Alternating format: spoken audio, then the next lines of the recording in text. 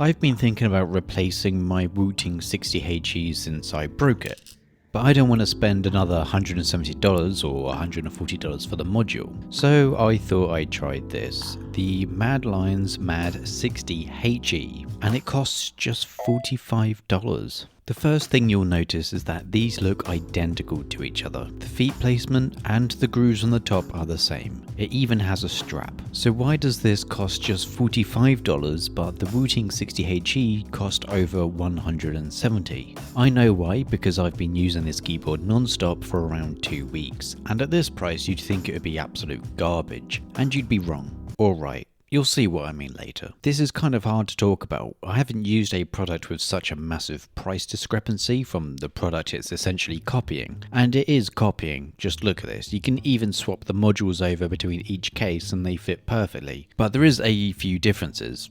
First is the strap. The Wooting strap feels very heavy duty. I would trust this with my life. But the MAD60 is like the cheap lanyard quality that you get when you go to some random event. But this doesn't really matter anyway. What does matter is the quality of the product, and this is where it gets interesting. The Wooting MAD60HE is considered to be the best gaming keyboard you can buy for a load of different reasons, which I'll touch on later. But it's not without its flaws. The switches have quite a bit of stem rattle, so it doesn't sound great, and it's a bare bones tray mounted keyboard, which gives it a rather stiff feel when typing. It's further exposed by some of the incredible competition that has come out in the past year. Some of these competitors I've reviewed on this channel, and they have made the Wooting MAD60HE look a bit overpriced these days, at least from a physical standpoint. Surely it's not going to be beaten by a $45 keyboard, right? So this is a tray mounted keyboard as well, like the Wooting MAD60HE. You just remove 5 screws and this is it. There's a dampening foam pad on the bottom, which is doing some very heavy lifting, as you'll hear later, and there's a sheet in between the PCB and top plate.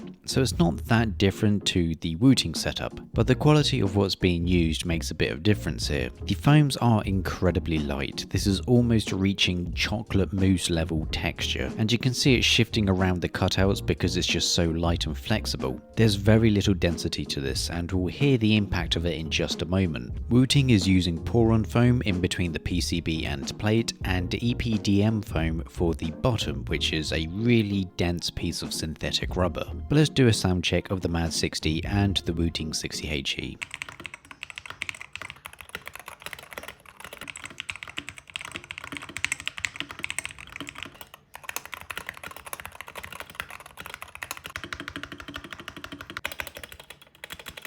On the MAD60 you can really hear the slapping of plastic. What I am impressed with is the stabilizers. On cheaper keyboards these really do get exposed as there's often a lot of rattle or ticking, but these sound okay. They are lubed quite a bit, which is probably a reason why, and there's a little dampening pad on this spacebar as well, which will help reduce the rattle a bit. Obviously the sound of the keyboard is subjective, but to me the $45 keyboard sounds better than the Wooting, which is ridiculous. And this is probably down to the switches mainly. On the Wooting MAD60HE there's a lot of stem rattle caused by the lacquer switches, but you're not buying a Wooting MAD60HE because it sounds the best. I've talked about this loads of times, but you'll see what I mean in a bit. You might wonder what switches the MAD60 is using, and I have no idea. There's no branding on them. The website says, and I quote, "They are Magnetic Pro Axis Pro back cover hi-fi sound," and the AliExpress page calls them Magnetic Per Shaft Pro hi-fi sound on the back cover. They are box stem switches, which I believe helps with some stability. It certainly has a lot less stem wobble than the lacquer switches. There's also a cover on the bottom of the housing of the switch as well. I did have doubts if these were actually Hall effect switches, and they are. From the specs they provide, it has a 3.5mm total travel distance, and strangely it's only adjustable in 0.08mm increments. All of the standard Hall effect features like adjustable actuation and rapid trigger, including the additional sensitivities, all work. When I've been playing with this, I've noticed no issues with any of these features, and the MAD60 has a few more surprises. Before we get to that, the build quality of this product for the price that you're paying is just insane.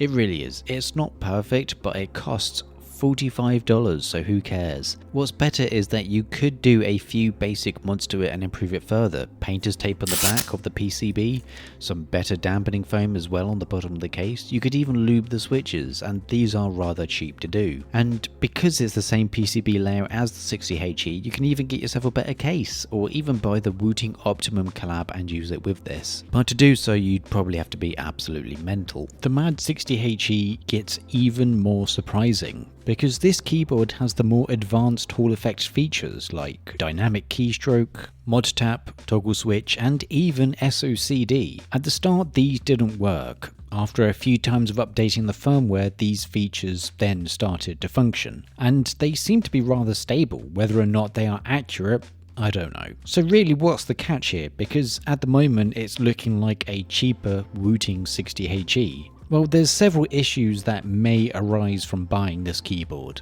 One is the warranty or after sales support. From checking on the MADLION's website, there's a 30-day returns policy.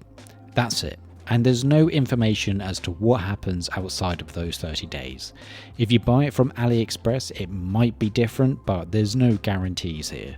There's been quite a few reports I've seen of people's keyboards bricking or malfunctioning after doing a firmware update, or even just randomly after a week of use, and a few cases of people being ghosted when trying to contact MADLION's for help. There have been firmware updates for this, but you don't know if there's going to be any more in the future, and having web-based software for a rather sketchy company means that if they disappear and the website gets taken down, that's it, you can't do anything with your keyboard anymore. Because they are doing the bare minimum when it comes to software, customer support, and quality control, they save a lot of money and can undercut everyone. So it's going to be cheaper, but you are taking a risk with this product. And there's obviously morally questionable stuff going on here as well, with MADLION's copying the Wooting 60HE. And if you buy this keyboard, you are encouraging it. But I think with the current financial situation that a lot of people are facing these days, and are possibly going to face when things get 20% more expensive for some people, I do understand why somebody would look to buy this. Paying over $170 for a keyboard can be really hard to justify for someone with less financial freedom. If you are on a budget, then this keyboard is an option to go for. Just be aware of the risks that you are taking. It's $45 and you're encouraging a very sketchy company. So don't come crying to me if it breaks in a few months. I mean, what do you expect, really?